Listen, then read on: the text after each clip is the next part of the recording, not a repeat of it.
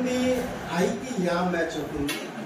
ఈ షీట్కి is, you మీదేకి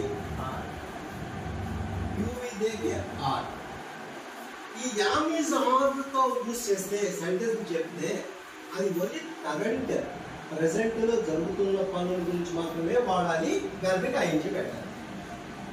for example, నువ్వు హాస్టల్లో ఉంటున్నావు హైదరాబాద్లో, ఏం చెప్తావు? ఐ స్టేయింగ్ అట్ హాస్టల్ అనకూడదు. ఆ విషయంగా ఏమన్నది? I am staying at hostel అన్నది యామ్ పెట్టాలి. ఎందుకంటే యామ్ అంటే, యామ్ అనేది ఒక సపోర్టింగ్ వర్డ్, ప్రెసెంట్ లో జరుగుతున్నది అనే భావం వస్తుంది. తెలుగులో కూడా ఉంటుంది, నేను హాస్టల్లో ఉంటూ ఉన్నాను.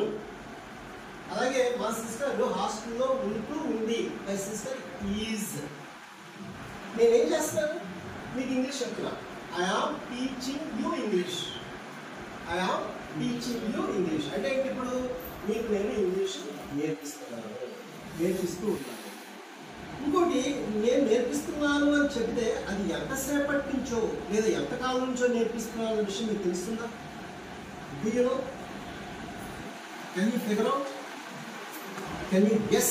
ఎంతకాలం నుంచి నేర్పిస్తున్నాను నేను అంటే, ఎంతకాలం నుండి నేను ఈ ఇంగ్లీష్ నేర్పించే వృత్తిలో ఉన్నానో తెలుస్తుందా నీకు? సరే, తెలియదు. చెప్పాలి. ఒక 20 ఏళ్ళ నుంచి నేర్పిస్తున్నాను చెప్పాలి. అంటే ఫర్ 20 years. అప్పుడు I am teaching English for 20 years అని అనకూడదు. అప్పుడు మనకి కత్తి పోయి డాలు వచ్చేటట్టుగా యామ్ పోయి ఏమొస్తుంది? హ్యావ్ బీన్ అని వస్తుంది. అంతేనా? I have been teaching English for 20 years అన్న.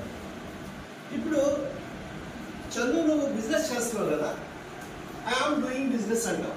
ఎంతకాలం చేస్తున్నావు? 10 years నుంచి చేస్తున్నావా?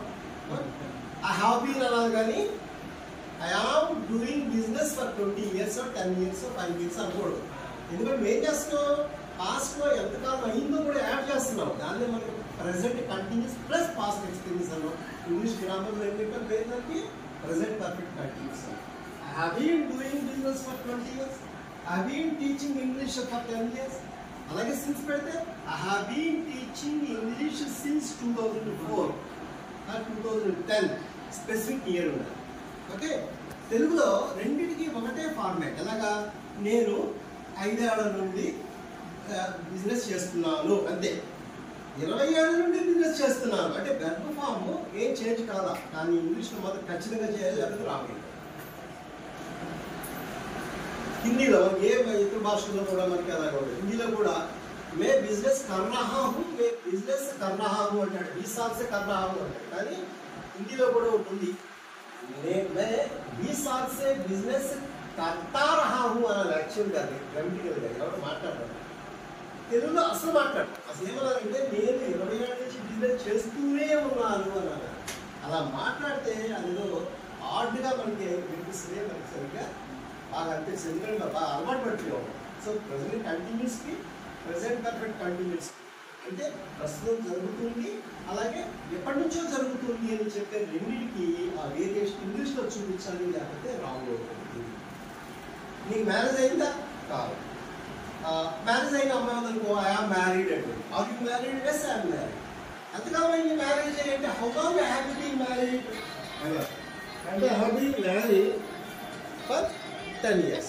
10 ఏళ్ల నుంచి 10 ఏళ్ళు అయింది నాకు వివాహం అని చెప్పాలంటే హావ్ బీన్ తగ్గించాలి. Have been married